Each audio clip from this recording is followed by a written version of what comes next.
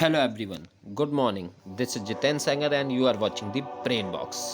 आज है 13 अप्रैल और आज का दिन इतिहास में एक अलग ही पहचान रखता है।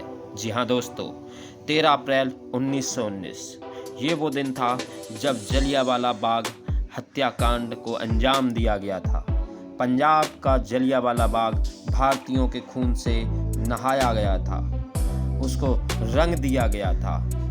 गोलियां चारों तरफ से चल रही थी, चीख पुकार चारों तरफ से मच रहा था। तो क्या थी आखिर वो कहानी, क्या था वो मंजर, जाने इस वीडियो में। तो वीडियो को अंत तक देखें और अगर आप हमारे चैनल पर पहली बार आए हैं तो इसे सब्सक्राइब जरूर करें।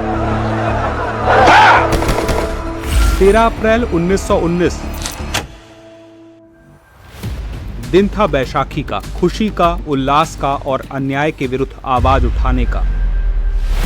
लेकिन यह दिन इतिहास में हमेशा के लिए अन्याय के एक निकृष्टतम अध्याय के रूप में बदल गया। इतिहास के पन्नों में एक काले दिन के रूप में दर्ज हो गया। फायर के आदेश के साथ शुरू हुए इस दिन ने न केवल भारत बल्कि मानवता के इतिहास को ही सदा के लिए बदल दिया। इसने अंग्रेजी उपनिवेशीवादी सत्ता के माथे पर खून का ऐसा दाग लगाया कि इसके दाग आज तक नहीं धुल पाए।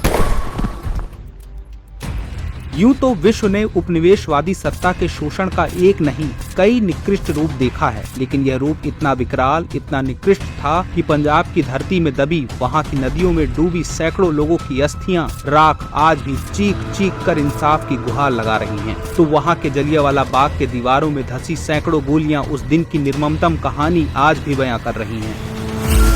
लेकिन 13 अप्रैल इस कहानी की शुरुआत नहीं थी। अंग्रेजी सत्ता के दंभ में डूबे जनरल डायर के लिए यह दिन उस पटकथा के अंत का दिन था, जिसकी शुरुआत हुई थी एक माह पूर्व 8 मार्च को, जिस दिन रॉलेट एक्ट लागू हुआ था। सर सिडनी रॉलेट की सेडिशन समिति ने रॉलेट एक्ट के नाम से एक ऐसा कानून बनाया था जिसके द्वारा ब्रिटिश सरकार को किसी भी भारतीय पर बिना मुकदमा चलाए नजरबंद या गिरफ्तार करने का अधिकार मिल गया था। यानी यह ऐसा कानून था जहां भारतीयों के पास न अपील का, न दलील का और न ही वकील करने का ही अधिकार था। ऐसे में इस काले कानून के खिलाफ तो लोगों को एकजुट होना ही था और इसी का असर रहा कि 8 अप्रैल को गांधी जी के नेतृत्व में सारा देश ब्रिटिश सत्ता के इस कानून के खिलाफ उठ खड़ा हुआ। इस विरोध की सबसे तेज आग लगी पंजाब में और इस दौरान यहाँ हिंदू मुस्लिम सिख एकता की ऐसी बानगी देखने को मिली कि अंग्रेजी सत्ता के होश खो गए। लेकिन पंजाब में विरोध का यह दावानल तब और दहक उठा जब 10 अप्रैल को अमृतसर के दो बड़े सामाजिक नेता डॉक्टर सैफुद्दीन किचलू और डॉक्टर सत्यपाल को गिरफ्तार कर लिया गया। इसके विरोध में पंजाब में जगह जगह छिटपुट हिंसक वारदातें होने लगी। इसे देखते हुए सर माइकल ओ डायर ने 11 अप्रैल को लाहौर और अमृतसर में मार्शल शासन लागू कर दिया। लेकिन इस आदेश को अमृतसर तक पहुँचते पहुँचते समय लग गया। आदेश वहाँ 14 अप्रैल को पहुँचा, तब तक बहुत देर हो चुकी थी। इसके पहले की शाम 13 अप्रैल को कर्नल डायर के सैनिकों ने 4 से अधिक लोगों की सभा के खिलाफ चेतावनी देने के लिए शहर में मार्च किया, लेकिन यह घोषणा भी ज्यादातर लोगों तक नहीं पहुंच पाई और शाम 4 बजे तक हजारों की संख्या में लोग रॉलेट एक्ट का विरोध करने के लिए जलियांवाला बाग में एक सार्वजनिक बैठक के लिए एकत्र हो गए। यह बैठक एकदम शांतिपूर्ण और भीड़ निहत्थी थी, लेकिन डायर के सर पर तो जैसे खून सवार था।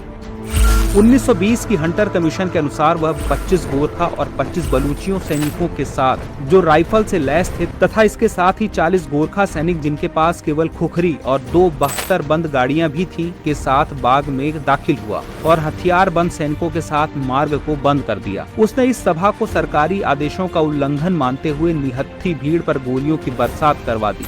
इस निहत्थी भीड़ में बच्चे, औरतें, बूढ़े, जवान सभी थे, पर फिर भी उसे दया नहीं आई।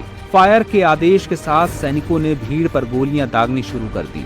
यह गोलियों की आवाज तभी थमी जब तक सारी गोली खत्म नहीं हो गई। अनुमान के अनुसार इस दौरान कुल 1650 राउंड फायरिंग हुई, यानी प्रति सैनिक 33 राउंड। उस वक्त बाग में करीब 10 से 12 हजार की भीड़ जमा थी।